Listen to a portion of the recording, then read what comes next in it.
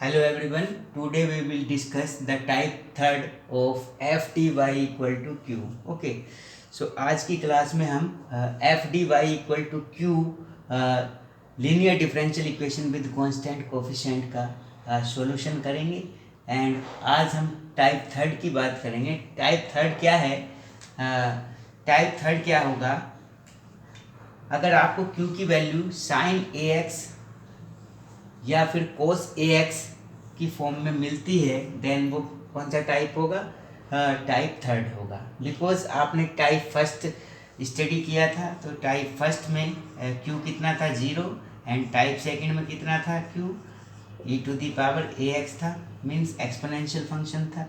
And आज type third आप study करेंगे। इसमें जो क्यू होगा वो आपका साइन ए एक्स होगा या फिर कोस ए एक्स होगा। मीन्स साइन ए एक्स की फॉर्म होगी या फिर कोस ए एक्स की फॉर्म होगी, या तो साइन 2x कोस 4x। सो ये जो फंक्शन होंगे, इस टाइप के जो फंक्शन होंगे क्यू की वैल्यूज़ में गिवन होंगे इस टाइप की डिफरेंशियल इक्वेशंस में। ठीक है, सो इस टाइप की डिफरेंशियल इक्वेशंस को सोल्व हम कैसे करते हैं वो हमें देखना है। कॉम्प्लीमेंट्री फंक्शन के रूल जो होंगे वो सेम रहेंगे जैसा कि अब तक हमने फाइंड किए हैं। ठीक है, सो बात आती है पर्टिकुलर इंटीग्रल फाइंड करने की। तो पर्टिकुलर इंटीग्रल को हम कैसे फाइंड करेंगे, देखिए। So the particular integral is 1/f(d) into Q. आप सभी लोग जानते हैं कि पर्टिकुलर इंटीग्रल का क्या फॉर्मूला होता है? 1/f(d), ये total function, into Q. Okay, so Q यहाँ पर क्या गिवन है? 1/f(d) इंटू क्यू, या तो क्यू आपका होगा साइन ए एक्स या फिर क्यू क्या होगा आपका? कोस ए एक्स। अब जो आपने एक्सपोनेंशियल केस को स्टडी किया था, केस सेकंड था, अगर यहाँ पर e to the power a x था, तब आप उस केस में डी के प्लेस पे ए पुट कर देते थे। ठीक है, सो इससे जो आपका यहाँ पर डेरिवेटिव की टर्म्स होती थी वो रिमूव हो जाती थी। ठीक है, और अगर ये ए पुट करने के बाद एफ ए आपका 0 मिलता था, देन ये केस फेल हो जाता था। देन इस कंडीशन में आप क्या करते थे? आप एक्स से मल्टीप्लाई करते थे, देन उसका डिफरेंशियल कर देते थे एफ डी का, तो एफ डी डैश मिलता था। यहाँ पर आप ए पुट कर देते थे। बट यहाँ पर आपको ऐसा नहीं करना है, बिकॉज यहाँ पर जो फंक्शन है वो आपका एक्सपोनेंशियल फंक्शन नहीं है। सो देखिए, साइन ए एक्स या फिर कोस ए एक्स जब भी आपको मिलेगा तो आपको उसका पी आई कैसे फाइंड करना है? सो उस केस में आपको डी के प्लेस पे कुछ पुट नहीं करना है। किसके प्लेस पे पुट करेंगे आप? डी स्क्वायर के। सो डी स्क्वायर को रिप्लेस कर देना है आपको। Replace d square by minus a square. Okay, so जहाँ भी आप इस फंक्शन में डी स्क्वायर देखेंगे, वहाँ पर डी स्क्वायर के प्लेस पे ए स्क्वायर, आपको माइनस का ए स्क्वायर पुट कर देना है। एंड ए क्या है? यहाँ पर साइन ए एक्स या कोस ए एक्स जो भी गिवन होगा, उसमें एक्स का जो कोफिशिएंट होगा वो आपका ए हो जाएगा। सो फर्स्ट आप उसका स्क्वायर करेंगे, देन उसके आगे माइनस साइन यूज करके डी स्क्वायर को उससे रिप्लेस कर देंगे। ठीक है, सपोज फॉर एग्जाम्पल, अगर आपके पास एफ डी, ये एफ डी होता है आपका डी स्क्वायर प्लस 3d, और यहाँ पर होता है आपका साइन 4x। सो यहाँ पर आपको इस एफ डी में जो डी स्क्वायर की टर्म है वो ये है, इसको रिप्लेस कर देना है। कैसे करेंगे रिप्लेस? माइनस ए स्क्वायर से। तो ए का वर्क कौन कर रहा है यहाँ पर? 4। सो 4 का स्क्वायर कितना हो गया? 16। उसके आगे माइनस यूज करेंगे, सो माइनस 16। देन आप इसमें डी स्क्वायर के प्लेस पे माइनस 16 पुट कर देंगे, और डी के प्लेस पे कोई चेंज नहीं करेंगे, तो ये 3d रहेगा। बट जब आप पर्टिकुलर इंटीग्रल फाइंड करते हैं तो इसमें डेरिवेटिव की जो टर्म होती है, डी की जो टर्म होती है, उन्हें रिमूव करना होता है आपको, ये जो टर्म्स होती हैं डी की। ठीक है, सो इसे रिमूव कैसे करेंगे वो हम रिमूव किया करेंगे। इस डी को भी डी स्क्वायर हम बनाया करेंगे, और वो डी स्क्वायर कैसे बनाएंगे वो हम क्वेश्चन की हेल्प से समझेंगे। सो फर्स्ट आपको ये चीज़ समझनी है यहाँ पर कि जब भी साइन ए एक्स होगा या फिर कोस ए एक्स होगा, तो वहाँ पर आप डी स्क्वायर के प्लेस पे क्या पुट करेंगे? माइनस ए स्क्वायर पुट कर देंगे। देन इस लॉजिक से आप अपना पर्टिकुलर इंटीग्रल फाइंड कर सकते हैं। लेकिन कभी कभी होगा क्या, सपोज ये प्रॉब्लम है डी स्क्वायर प्लस 4 एंड यहाँ पर आपको गिवन है सपोज साइन 2x। तो अगर आप यहाँ डी स्क्वायर के प्लेस पे इस a का स्क्वायर पुट करते हैं, so minus a square put करेंगे तो 2 का स्क्वायर कितना होगा -4। सो अगर आप इस डी स्क्वायर के प्लेस पे -4 पुट करते हैं तो ये क्या मिल जाएगा आपको, 0 मिल जाएगा। तो जब भी ये 0 मिल जाएगा तो केस फेल हो जाएगा ये, ठीक है। तो जब ये केस फेल हो जाता है तब उस केस में क्या करेंगे आप, वही आप कॉमन मेथड यूज़ करेंगे जो आपने एक्सपोनेंशियल वाले केस में किया था। कि आप क्या करेंगे, पहले आप यहाँ पर इसमें x से मल्टीप्लाई कर देंगे, देन इसका डिफरेंशियल कर देंगे, ठीक है। एंड देन अब आप इसमें जो डी स्क्वायर की टर्म्स आएंगी उसमें माइनस ए स्क्वायर पुट कर देंगे, चाहे यहाँ साइन ए एक्स हो या फिर कोस ए एक्स हो, ठीक है। सो ये रूल बिल्कुल सेम रहेगा, ठीक है। सो अब जो मेथड होगा क्लियर आपका, वो एक क्वेश्चन की हेल्प से हम क्लियर करेंगे, ठीक है। सो देखिए एक क्वेश्चन ले लेते हैं इसमें हम।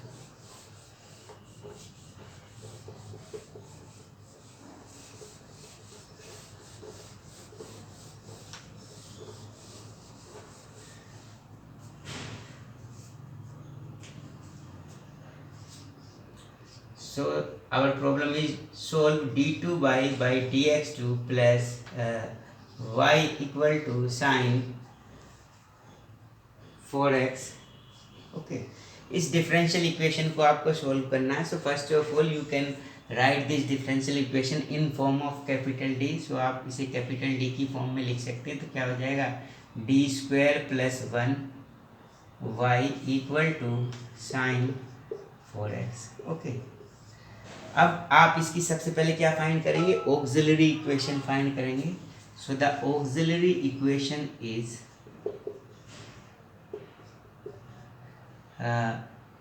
ये एफ डी है आपका, डी के प्लेस पे कितना पुट करेंगे, M. So M square plus 1 equal to 0। Okay, तो क्लियर। इससे जब आप m की वैल्यूज फाइंड करेंगे तो 2 रूट्स आपको मिल जाएंगे, प्लस माइनस आयोटा, बिकॉज ये 1 इस साइड जाएगा एंड -1 का रूट लेंगे तो प्लस माइनस आयोटा मिलेगा। इसे आप कॉम्प्लेक्स की फॉर्म में लिख सकते हैं, 0 plus minus iota. Okay, then अब आपको सी एफ लिखनी है। सो आपको फॉर्मूला यूज़ करना होगा alpha plus minus iota beta वाला। तो यहाँ पर अल्फा की जो वैल्यू है वो 0 है, बीटा की वैल्यू कितनी है 1, आई का कोफिशिएंट। सो फॉर्मूला होगा आपका e⁻ alpha x means 0x into C1 cos beta x, beta means 1x plus C2 sine beta x means 1x, C2 sine x। And you know the value of e⁻0x is 1। Okay, e⁻0 1 मिल जाएगा तो ये मिलेगा आपका C1 cos x plus C2 sine x।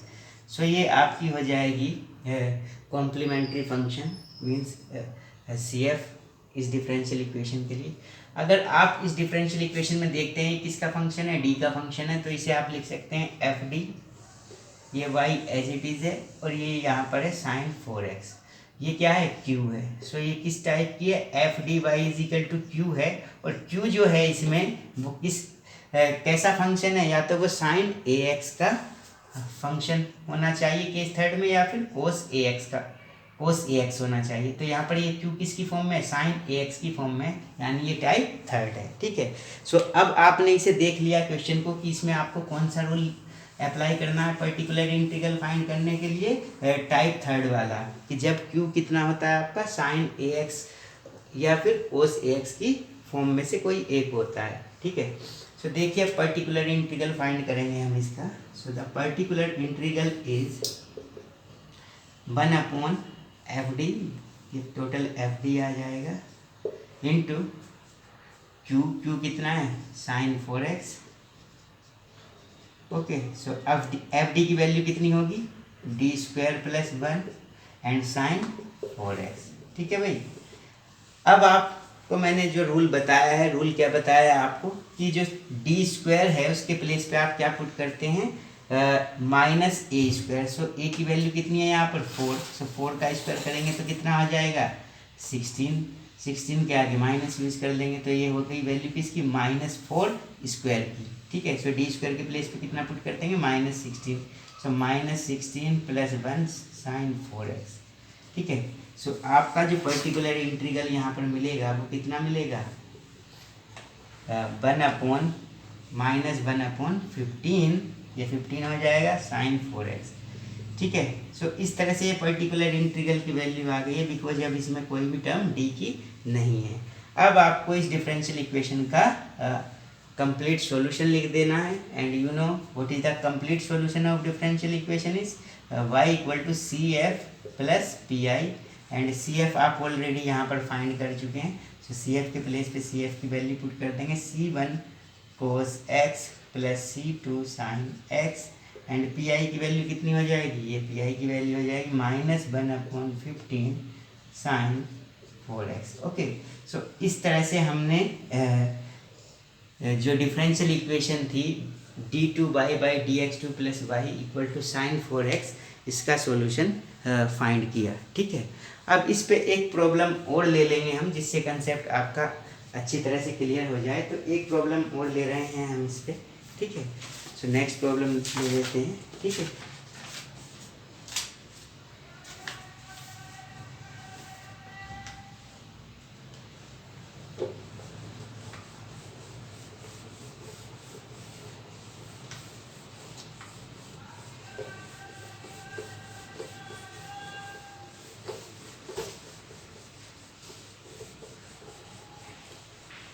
next problem is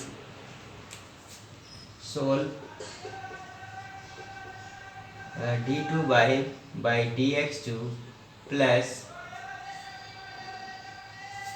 dy/dx minus 6y equal to sin 3x plus cos 2x। ठीक है, सो इस differential equation को अब हमें सॉल्व कर देना है। ठीक है, so first of all you can write this differential equation in form of capital D, so you can write d² plus d minus 6 into y, ये y कॉमन ले लेंगे आप इस side, sin 3x plus cos 2x। ठीक है, सो देखिए ये differential equation हो गई आपकी, एंड अब आपको इसकी ऑक्सिलरी इक्वेशन फाइंड करनी होगी, बिकॉज CF फाइंड करने से पहले आपको क्या फाइंड करनी होगी, ऑक्सिलरी इक्वेशन। सो ऑक्सिलरी इक्वेशन के लिए जो टोटल FD है आपका, फंक्शन ऑफ D है, इसमें D के प्लेस पे हम पुट कर देंगे, सो ये हो जाएगा m² + m - 6 = 0।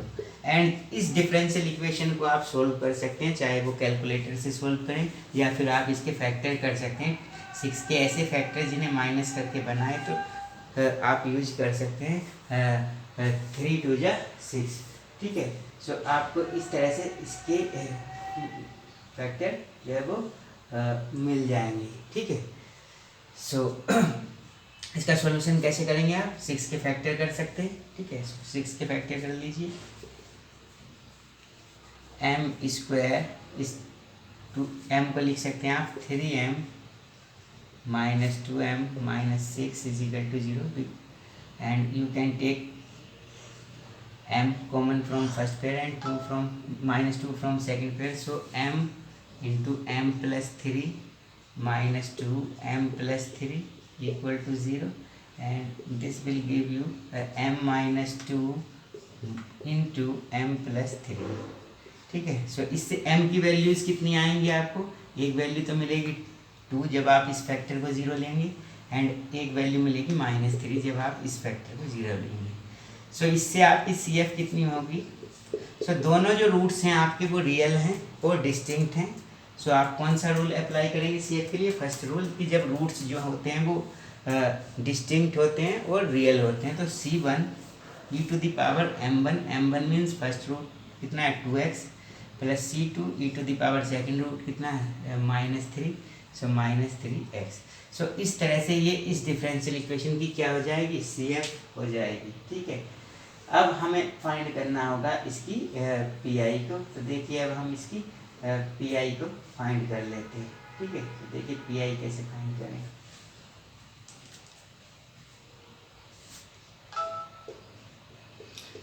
What is the formula for P I, 1/FD। सो ये टोटल एफ डी कितना हो जाएगा आपका, d² plus d minus 6 into Q. ये टोटल फंक्शन आपका कितना हो जाएगा, Q sine 3x plus cos 2x।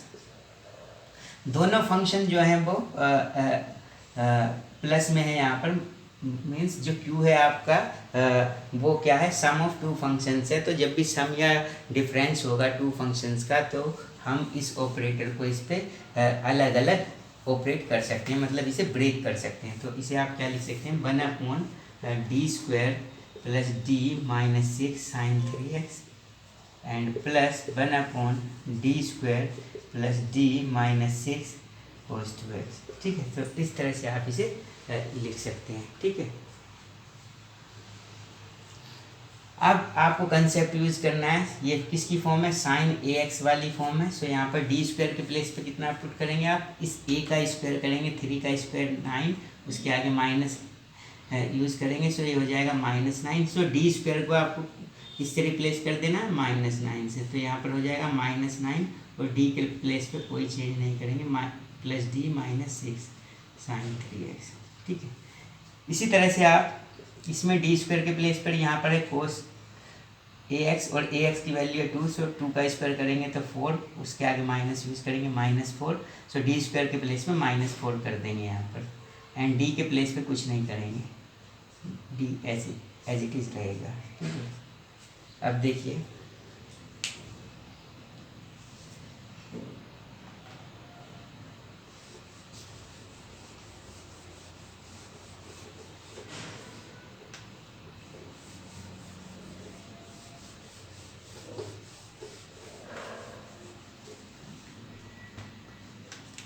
Now P I, इसे हम, ये 9 है, ये माइनस के 6 हैं, तो माइनस के 15 हो जाएगा। ठीक है, सो इसे लिख सकते हैं आप d माइनस 15 एंड ये हो जाएगा साइन 3x एंड ये हो जाएगा आपका 1/6 एंड 4 10, सो d माइनस 10, ये हो जाएगा कोस 2x। ठीक है, अब इसे आपको सॉल्व कर लेना है। सो अब आप d² के प्लेस पे तो पुट कर सकते हैं, बट d के प्लेस पे पुट नहीं कर सकते इस केस में, तो आपको इसे d² बनाना है। तो एक चीज़ तो आप ये सोच रहे होंगे कि आप अगर यहाँ पर भी d से मल्टीप्लाई कर दें और यहाँ पर भी d से मल्टीप्लाई कर दें तो यहाँ पर d² हो जाएगा, बट यहाँ पर तो d² हो जाएगा, पर यहाँ पर फिर से d आ जाएगा। ठीक है, सो जब भी इस तरह का कोई फैक्टर होगा d प्लस a या d माइनस a, सो इस केस में क्या करेंगे, d² बनाने के लिए हम इस फैक्टर के कॉन्जुगेट से न्यूमरेटर और डिनोमिनेटर में मल्टीप्लाई कर देंगे। ठीक है, सो इसका कॉन्जुगेट क्या होगा, ये d माइनस 15 है, तो इसका कॉन्जुगेट होगा d प्लस 15। सो इसमें आप d प्लस 15 से ऊपर मल्टीप्लाई करेंगे, d प्लस 15 से नीचे मल्टीप्लाई कर देंगे।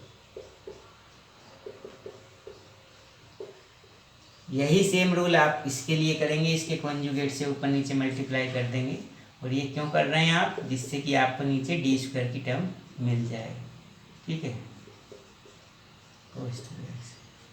यहाँ पर जब आप करते हैं तो कितना मिल जाएगा आपको, d plus 15 sine 3x upon a plus B और a minus B, so d² and 15 का स्क्वायर होता है 225 एंड प्लस ये हो जाएगा d plus 10 and d plus 10 d minus 10 a plus B a minus B, so d² minus a² यानी 100 कोस 2x। ठीक है, अभी हमारा आंसर नहीं आया बिकॉज पीआई में आपको d की जो भी टर्म होती है उन्हें रिमूव करना होता है, बट अभी इसमें d की टर्म है तो अभी आंसर नहीं आ पा। ठीक है, मैं इसे रफ कर देता हूँ और ये CF की वैल्यू मैं यहाँ पर रहने देता हूँ बिकॉज CF की मुझे ज़रूरत पड़ेगी एंड में सॉल्यूशन लिखने के लिए। ठीक है, ठीक है, सो आप इस पीआई को देखिए। सो यहाँ पर होगा, अब d² बन चुका है, d² के प्लेस पे फिर से आप क्या पुट कर देंगे, 3 का स्क्वायर करेंगे 9 के आगे माइनस यूज करेंगे, सो -9 आप d² के प्लेस पे पुट कर देंगे। ठीक है, सो d² के प्लेस पे -9 पुट कर देंगे।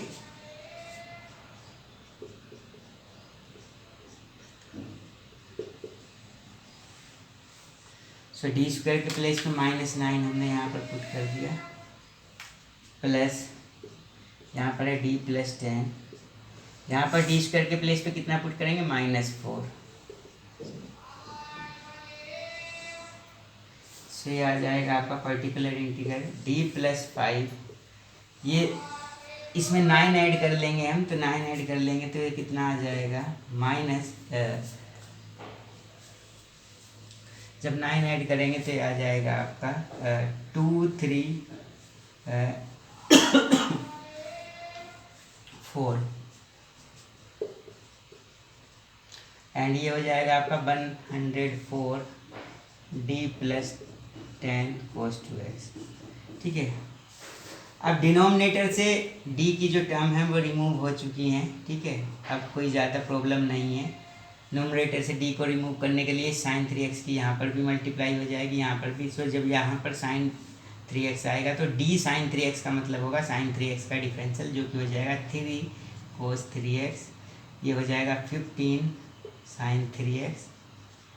एंड इसी तरह से यहाँ पर कर लेंगे -1/104। यहाँ पर d की मल्टीप्लाई इसमें होगी तो d का डिफरेंशियल करेंगे आप एक बार, d का मतलब एक बार डिफरेंशियल cos 2x का, जब यहाँ पर cos 2x जाएगा तो हो जाएगा -2 sin 2x एंड ये हो जाएगा 10 cos 2x। ठीक है, सो ये आपकी जो वैल्यू हुई, अब ये जो वैल्यू है ये किसकी वैल्यू है, ये पर्टिकुलर इंटीग्रल की वैल्यू आ गई फाइनल, बिकॉज अब इसमें कोई भी जो टर्म है वो d की नहीं बची है, तो ये आपका पर्टिकुलर इंटीग्रल आ चुका है। चाहे तो आप इसे एक स्टेप में और सिंपल कर सकते हैं, इस माइनस को अंदर यहाँ पर आ जाएगा आपका -2 3 4। ठीक है, सो चाहे तो आप इसे माइनस को अंदर ले जा सकते हैं और इधर भी माइनस को अंदर ले जा सकते हैं, एक स्टेप और सिंपल कर सकते हैं, अदरवाइज यही आपका पर्टिकुलर इंटीग्रल हो जाएगा। सो CF आपने यहाँ पर फाइंड कर चुके थे, आप इसकी पर्टिकुलर इंटीग्रल ये आपने फाइंड कर लिया। सो द कंप्लीट सॉल्यूशन क्या होता है आपका, द कंप्लीट सॉल्यूशन जो होता है वो क्या होता है, y = CF + PI। ठीक है, सो y = CF के प्लेस पे आप ये वैल्यू पुट कर देंगे एंड PI के प्लेस पे आप ये वैल्यू पुट कर देंगे, तो दोनों वैल्यूज़ का जो सम है वो क्या आ जाएगा, इस प्रॉब्लम का कंप्लीट सॉल्यूशन मिल जाएगा आपको। सो इस तरह से आप इस कंसेप्ट की जितनी भी प्रॉब्लम्स हैं सभी को सोल्व कर सकते हैं। ठीक है, ओके।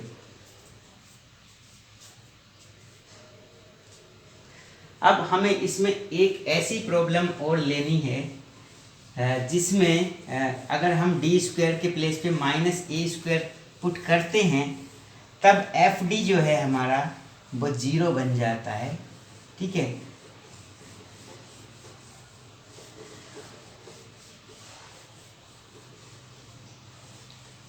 ठीक है, सो उस केस में क्या करेंगे, सो ऐसी एक प्रॉब्लम हम ले रहे हैं।